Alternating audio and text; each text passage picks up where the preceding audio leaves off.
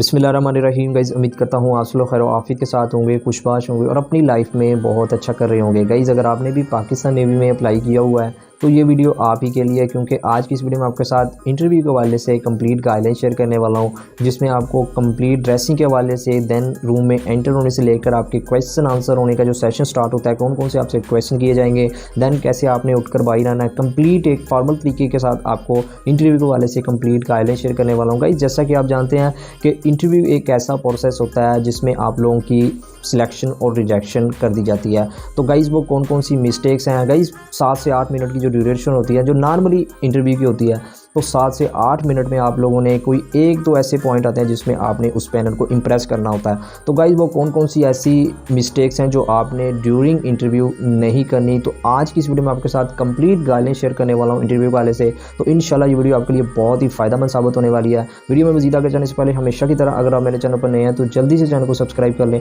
क्योंकि मैं ऐसी ही jobs oriented video daily upload करता रहता हूँ। So guys without any further delay let's be. Guys सबसे पहले एक चीज़ नोट कर लें, पाकिस्तान नेवी में चाहे आपने किसी भी पोस्ट पर अप्लाई किया हुआ है, जूनियर टाइम कीपर के लिए किया हुआ है, लास्कर के लिए किया हुआ है, लेबॉरेटरी अटेंडेंट के लिए किया हुआ है, एमटी ड्राइवर के लिए किया हुआ है, police constable, lady constable, UDC, LDC, assistant, stenotypist, किसी भी पोस्ट पर पाकिस्तान नेवी में अगर आपने अप्लाई किया हुआ है तो ये वीडियो आप ही के लिए, क्योंकि ऐसी पोस्टें कुछ होती हैं पाकिस्तान नेवी में जिनका सबसे पहले इंटरव्यू होता है। कुछ ज़्यादातर जो पोस्टें होती हैं उनका सबसे पहले तहरीरी इम्तहान होता है, मीन के रिटन टेस्ट होता है। तो इंटरव्यू का प्रोसेस मीन के ऐसा प्रोसेस है जिसमें से हर कैंडिडेट्स ने लाजमी गुजर कर जाने होता है। तो आप ये वीडियो तसल्ली के साथ वॉच करें, इंशाल्लाह ये वीडियो आपके लिए बहुत ही हेल्पफुल साबित होने वाली है। सबसे पहले बात करते हैं कि आपने इंटरव्यू वाले दिन कौन सी ड्रेसिंग, मीन कि कैसी ड्रेसिंग करके जाना है, क्योंकि बहुत सारे कैंडिडेट्स कन्फ्यूजन का शिकार हो जाते हैं ड्रेसिंग के मामले में आकर। तो गाइज़ आपको ज़्यादा टेंशन लेने की ज़रूरत नहीं है, जिस ड्रेसिंग में भी आप कंफर्टेबल खुद को फील करते हैं तो आप वो ड्रेसिंग करके जाएँ। कंफर्टेबल फील करने का मतलब ये नहीं है कि अब नीले पीले बन के आप इंटरव्यू वाले दिन चले जाएँ, तो आपने ये गलती नहीं करनी। मिसाल के तौर पर अगर आप शलवार कमीज़ में भी जाना चाहते हैं तो आप जा सकते हैं, कोई भी रिस्ट्रिक्शन नहीं होती।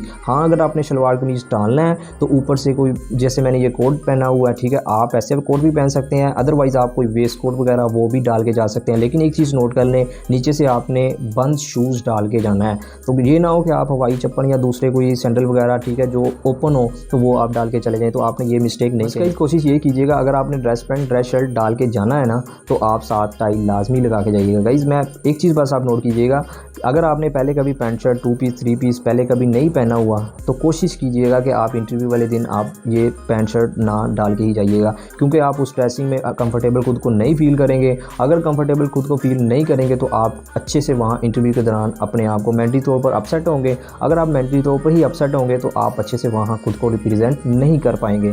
तो अगर आपने पहले कभी पैंट शर्ट नहीं पहनी हुई तो आप कोशिश कीजिएगा कि आप इंटरव्यू वाले दिन भी रहने दीजिए। आपने इंटरव्यू देने जाना है तो कमरे में एंटर होने से पहले आपने मीन के जब आपको बुलाया जाएगा इंटरव्यू के लिए कमरे में, तो कमरे में एंटर होने से पहले आपने एक बार खुद को चेक कर लेना, कोई बाल वगैरह बिखरे नहीं है, पैंट शर्ट वगैरह कोई ज़्यादा बाइक तो नहीं, शर्ट तो निकली हुई, मीन के अपने आप को खुद को देख लेना, जूते को देख लेना, कोई मिट्टी वगैरह ज़्यादा नीचे जूतों के नीचे मिट्टी तो नहीं लगी हुई। अगर लगी हुई है तो आपने उसको बाहर जाकर या किसी कपड़े वगैरह से उसको अच्छे से साफ़ कर लेना है, क्योंकि अगर मिट्टी लगी हुई हो तो जब आप कमरे में एंटर होंगे तो जूतों के साथ वो फर्श पर निशान बनते जाएंगे, तो ये एक अच्छा इंप्रेशन नहीं जाएगा। कोशिश आपने यही करनी है कि आपने अच्छा इंप्रेशन डालना है। अगर अच्छा नहीं डाल सकते तो बुरा भी आपने इंप्रेशन नहीं डालना। तो गाइस जिस टाइम आपने कमरे में एंटर होना है तो आपने कमरे को नॉक करके तो आपने सबसे पहले परमिशन लेनी है, मे आई कम इन सर। सो गाइस परमिशन लेने के बाद जब आप कमरे में एंटर हो जाएंगे तो जो आपकी चेयर होगी टेबल से जो थोड़ी सी हटकी होती है, ठीक है, तो आपने ये ना हो कि ऐसी मुंह उठाकर जाकर आप चेयर पर बैठ जाएं।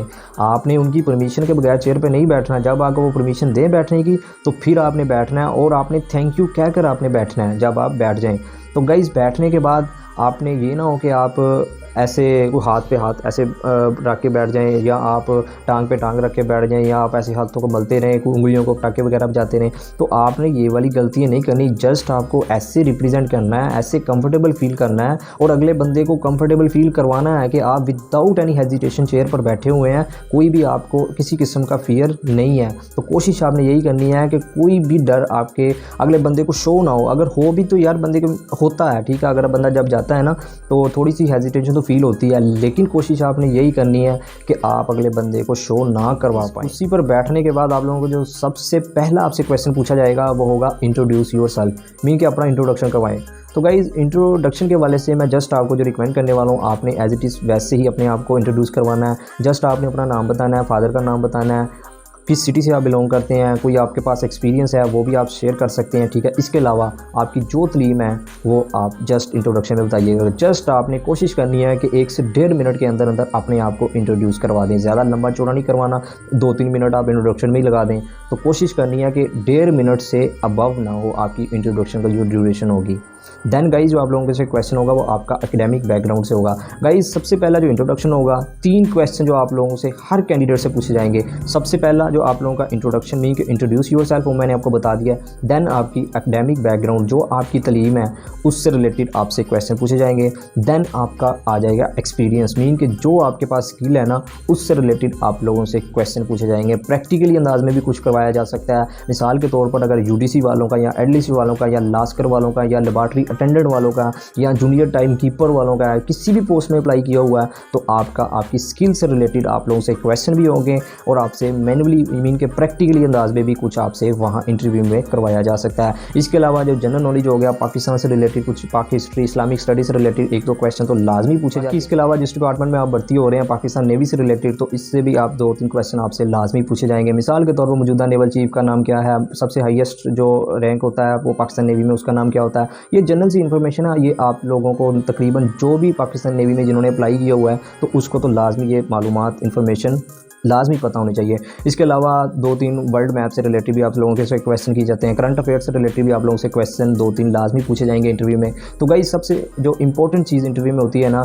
अगर आपको किसी भी क्वेश्चन का आंसर नहीं आता तो आप सॉरी बोल सकते हैं। आपने पॉइंट टू पॉइंट क्वेश्चन का आंसर देना है। ये ना हो कि जिस क्वेश्चन का आपको आंसर नहीं आता आप उसका उल्टी आप जवाब देते रहें, तो ये एक अच्छा इंप्रेशन नहीं जाएगा। जिस क्वेश्चन का जवाब नहीं आता तो आप सॉरी बोल सकते हैं। सो गाइज़ मैं आप लोगों को यही रिकमेंड करूँगा कि इंटरव्यू के दौरान आपने कोई भी क्वेश्चन का जवाब देना है पूरे कॉन्फिडेंस के साथ जवाब देना है। ये ना हो कि अगले बंदे को ये शो करवाएं कि आप एक रट्टा लगाकर उस क्वेश्चन का जवाब आए हुए हैं।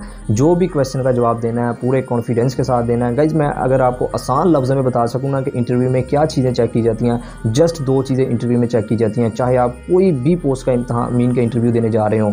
इसमें सबसे पहले आपकी स्किल्स और दूसरा आपका कम्युनिकेशन लेवल। जस्ट आप लोगों की ये 2 चीज़ें इंटरव्यू में चेक की जाती हैं, स्किल्स और आपकी कम्युनिकेशन लेवल।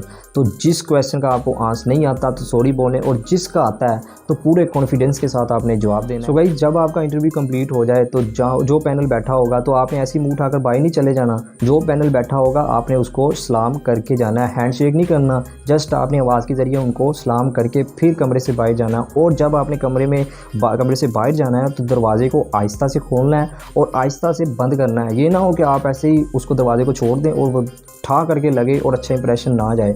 तो कोशिश करना ये भी आपने इस चीज़ को भी आपने ज़हन नशीन करके जाना है। तो गाइज़ अल्लाह आपको आपके हर नेक मकसद में कामयाब फरमाए। फिर भी अगर आपका इस वीडियो से रिलेटेड कोई भी क्वेश्चन है तो आप कमेंट सेक्शन में पूछ सकते हैं, भाई आपका लाजमी जवाब देगा। Thank you for watching, take care, अल्लाह हाफिज़।